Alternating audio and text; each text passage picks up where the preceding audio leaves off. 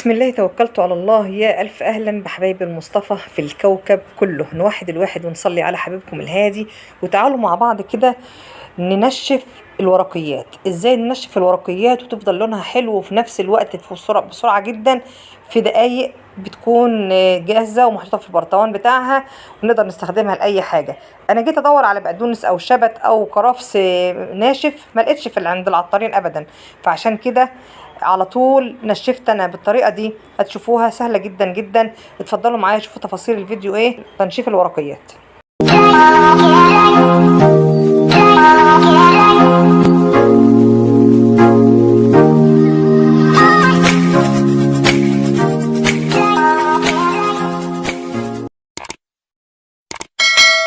بسم الله. انا اول حاجه عندي الورقيات بغسلها وهي على عودها زي ما هي، وانشفها كويس جدا من الميه بتاعتها، وبعد كده بقطفها الورق بس، ما اخليش فيها اي عود ابدا، الورق بس، وهفردها على حاجه بوسع الميكروويف بتاعي. احنا دلوقتي هنتكلم عن الميكروويف الاول. هفردها على حاجه بوسع الميكروويف بتاعي، وهفردها كويس في الطبق اللي هحطه في الميكروويف، وهشغل الميكروويف بتاعي الاول دقيقتين. انا بجيب لكم النتيجه النهائيه لان انا جربت كم مره، لكن دي النتيجه النهائيه الافضل نتيجه وصلت لها. تحط الطبق بتاعك بالورقيات اللي عليه في الميكروويف دقيقتين كاملين. بعد كده هتطفي عليه وتطلعيه بره وتقلبيه كويس. هيكون عرقان شويه، في ارضيته ميه من تحت، وده طبيعي من حرارة بخار الميكروويف. هنسيبه بره دقيقة واحدة، هيكون نشف جدا. تاني هنرجعه الميكروويف كمان دقيقتين، هيكون طالع باللون اللي انت شايفاه ده. ونصيحة مني، ما تخرجيش النعناع او البقدونس اي حاجة بتنشفيها كتير وترجعيها تاني، يعني كل دقيقة تخرجيها وترجعيها، ده بيخليها تسمر. لكن لو خرجتيها مرة واحدة زي ما انا عملت مع النعناع في بداية اخر مرة، كان لونه احلى كتير من اول مرة، وناشف كتير كمان عن اول مرة، لانه ما خرجش من الميكروويف غير مرة واحدة بس، ورجعته تاني خد كمل نشفانه، بيبقى اخضر اكتر. يعني خرجته عدد مرات اكتر يسمر اكتر، فانا عشان خرجته مره واحده بس ودي تاني مره خرجته خلاص نشف، فلونه احلى من كتير من المره اللي فاتت كمان، لونه اخضر اكتر. هو مفروك هوريهولكم، بس انا هسيبه دلوقتي يبرد خالص عشان يتفرك يبقى كويس. سيبه يبرد خالص. طيب انا خرجت ما شاء الله لسه، يعني ايه، عايز السيب يبرد شويه كمان. طيب لو انا ما عنديش ميكروويف اعمل ايه عشان انشف ورقيات؟ نفس اللي عملناه. هنغسل الخضار بتاعنا كويس، وهننشفه كويس، وهنقطفه بقدر المستطاع، نقطفه خالص. انا كنت مستعجله، نشفت ده من غير ما اقطفه، يعني زي ما انتم شايفينه كده بعيدانه، لان مستعجله جدا، محتاجه شبت وكزبره وبقدونس ناعمين علشان عايزه اعمل صلصة رانش بسرعة جدا. كان عندي اوردر بيتزا وعايزة اطلع معاه صوص الرانش، فكنت محتاجة اعمل الخضرة دي بسرعة انشفها، وفعلا نشفتها بسرعة ونخلتها.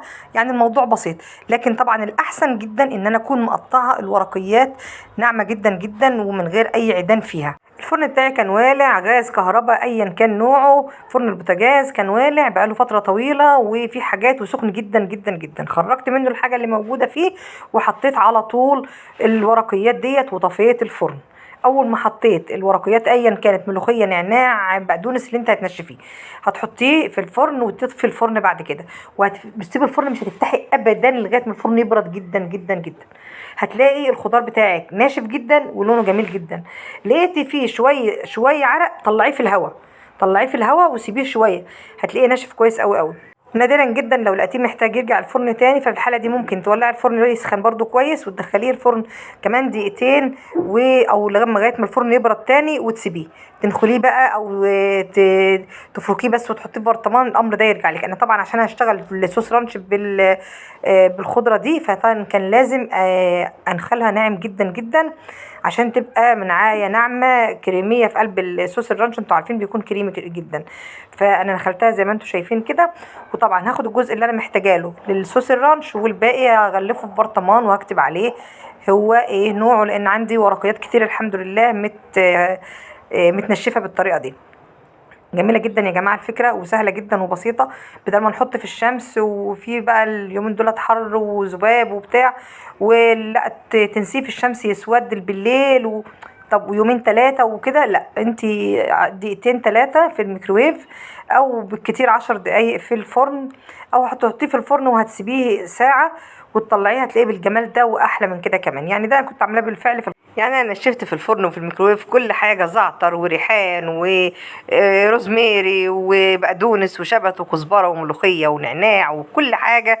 ان شاء الله حتى تنشفي جرجير، كل اللي انت عاوزاه هتنشفيه بسهوله جدا جدا، ويفضل محتفظ بلونه وبقيمته الغذائيه، وهتدعيلي. ريحة الشبت دي غير طبيعية يا جماعة، لازم تجربوا انكم تنشفوا كزبرة وبقدونس وشبت. جميل قوي قوي. ساعات لما بنعينها في التلاجة بتسمر وما بتبقاش ظريفة واحنا بنستخدمها، لكن لما بتستخدميها كده بتفضل خضرة زي ما هي، بترجعيها لأي حاجة بترجع بخضرها الأولاني خالص، قمة في الجمال، وريحتها حلوة قوي. وهتستخدميها في حاجات كتيرة، أول ما تنشفيها كده هتلاقي لها كل شوية بتستخدميها في أي حاجة بطريقة غير طبيعية. جربي انك تنشفي الورقيات اللي بقولك عليها دي، وصدقيني هتدعيلي بعد كده. اتمنى الفيديو بتاعنا يعجبكم، واذا عجبكم الفيديو شرفونا بوجودكم معانا في القناه، قولوا لنا رايكم في تعليق، ويا ريت تورونا البصمه بتاعتكم الجميله موجوده معانا. شرفونا باشتراككم معانا في القناه، اذا نستاهل وجودكم معانا.